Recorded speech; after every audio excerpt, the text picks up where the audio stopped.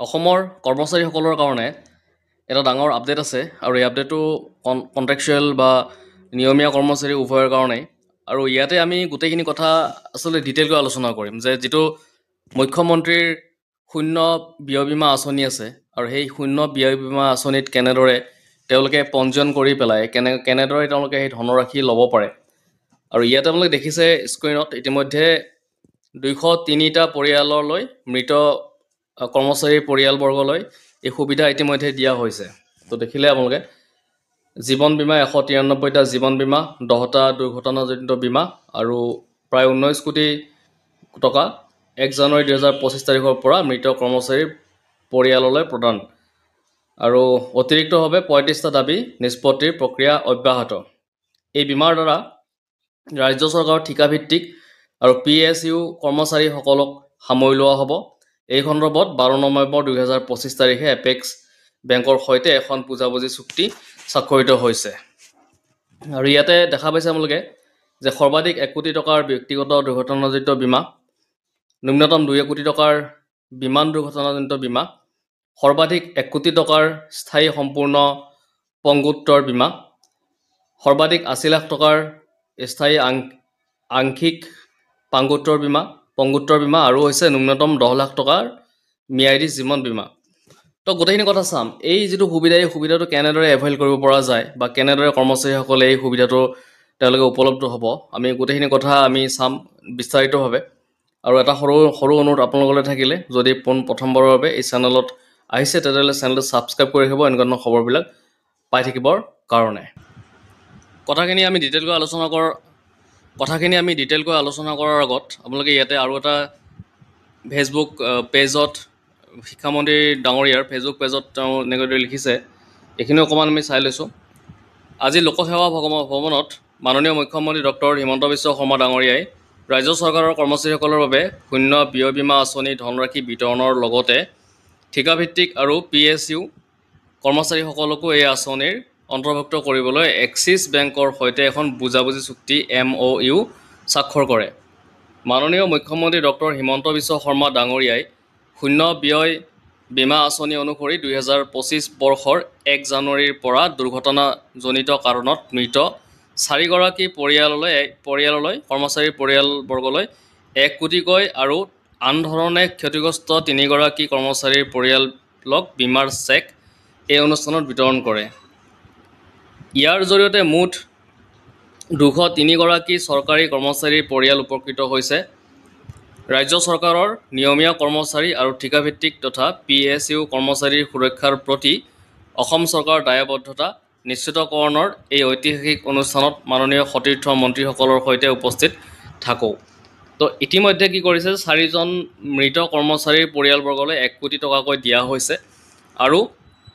আন 3 গৰাকী কৰ্মচাৰীৰ পৰিয়ালক বীমাৰ চেক এই অনুষ্ঠানত বিতৰণ কৰা হৈছে মুঠ হৈছে আপোনাৰ 203 গৰাকী চৰকাৰী কৰ্মচাৰীৰ পৰিয়ালবৰ্গ ইয়াতে উপকৃত হোৱাৰ কথা কৈছে এতিয়া হৈছে যে যি MOU সাইন কৰিছে আপোনাৰ এক্সিছ বেংকৰ লগত MOU সাইন কৰিছে MOU মানে আচলতে কি MOU মানে কি সেইখিনি কথা আমি জানিম আৰু কোন বেংকৰ লগত অসম চৰকাৰে MOU সাইন কৰিছে এতিয়া আমি MOUৰ কথা অকণমান জানিবলৈ চাম যে MOU মানে কি আৰু কোনকেইটা বেংক MOU সাইন কৰা হৈছে অসম চৰকাৰৰ লগত আমি যিখিনি তথ্য পাইছোঁ এই তথ্যৰ আধাৰত আপোনালোকে ক'ব পাৰে যে state bank of India union bank of India Punjab national bank axis bank আৰু ইণ্ডিয়ান বেংক আমি এইখিনি বেংক আমি তথ্যৰ পৰা পাইছোঁ আৰু এইকেইটা বেংক অসম চৰকাৰৰ লগত MOU সাইন কৰা হৈছে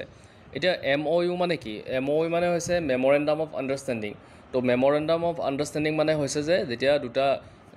দুটা বা ততোধিক পক্ষৰ মাজত এটা বুজাবুজি বা এটা বিশেষ পৰিকল্পনা বা সহযোগিতাৰ ক্ষেত্ৰত তেওঁলোকে একমত হৈ কেনে আগবাঢ়ে সেইখিনি কথা লিখা থাকে তো এইটো হৈছে আপোনাৰ মেমৰেণ্ডাম অফ আণ্ডাৰষ্টেণ্ডিং আৰু মেমৰেণ্ডাম অফ আণ্ডাৰষ্টেণ্ডিঙত যিখিনি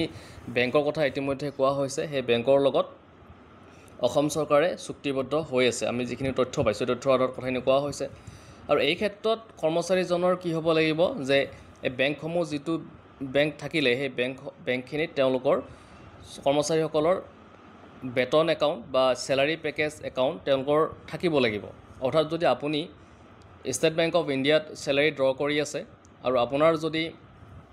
কিবা দুৰ্ঘটনা হৈছে বা বীমাৰ সুবিধা যদি আপুনি ল'ব বিচাৰিছে তেতিয়াহ'লে আপোনাৰ একাউণ্টটো সেই স্পেচিফিক যিটো বেংক আপোনাৰ MOU চাইন কৰা হৈছে অসম চৰকাৰৰ লগত সেই বেংকত আপোনাৰ একাউণ্ট থাকিব লাগিব। তো সেইটো এটা হ'ল এটা ডাঙৰ আচলতে জানিবলগীয়া কথা। আৰু এই বীমাৰ সুবিধা ল'বলৈ হ'লে আপোনাৰ একাউণ্টটো থাকিব লাগিব। আৰু কথা হৈছে যে আপুনি একাউণ্টটো চেলাৰী পেকেজ একাউণ্টলৈ কনভাৰ্ট কৰিব লাগিব। যদি আপোনাৰ একাউণ্টটো যদি চেলাৰী পেকেজ একাউণ্ট নহয় তেতিয়াহ'লে তাক কনভাৰ্ট কৰিব লাগিব চেলাৰী পেকেজ একাউণ্টলৈ। শ্বৰ্টলি যদি আমি ক'বলৈ চাওঁ তেতিয়াহ'লে জিৰ' প্ৰিমিয়াম যিটো স্কিম আছে সেই স্কিমটো তেতিয়াহে লাগু হ'ব যেতিয়া আপোনাৰ বেতন একাউণ্ট MOU চাইন কৰা বেংকত থাকে। আৰু বৰ্তমান আপোনাৰ কেটেগৰী আপুনি চেক কৰিব লাগিব আপোনাৰ একাউণ্টটো কি একাউণ্ট হয়। আৰু ক্লেইম যেতিয়া কৰিব সেই ক্লেইম প্ৰক্ৰিয়াত আপোনাৰ ডকুমেণ্টেশ্যনখিনি অসম্পূৰ্ণ হ'লে কিন্তু আপুনি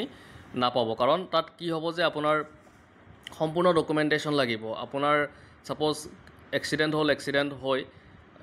হোৱাৰ যিখিনি প্ৰমাণ পত্ৰ থাকিব লাগিব সেই প্ৰমাণ পত্ৰখিনি আপুনি দিব লাগিব। তেতিয়াহ'লে আপোনালোকে এই সুবিধাটো আপুনি ল'ব পাৰিব। তাৰপিছত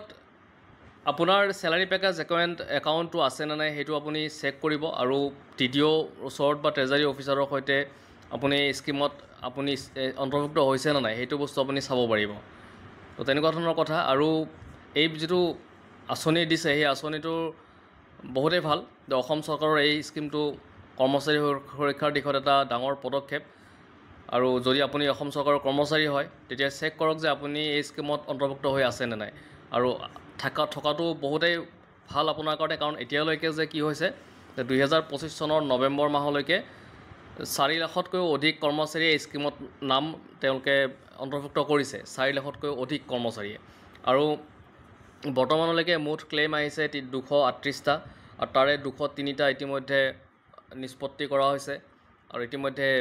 পইচা দিয়া হৈছে, গম পাইছে আপোনালোকে, চেক টেক বিতৰণ কৰিছে। আৰু এতিয়া বৰ্তমানকৈ চুক্তিভিত্তিক বা কণ্ট্ৰেকচুৱেল বা আপোনাৰ PSUৰ আণ্ডাৰটেকিং যিখিনি কৰ্মচাৰী তেওঁলোকৰ ক্ষেত্ৰতো এতিয়া এই যিখিনি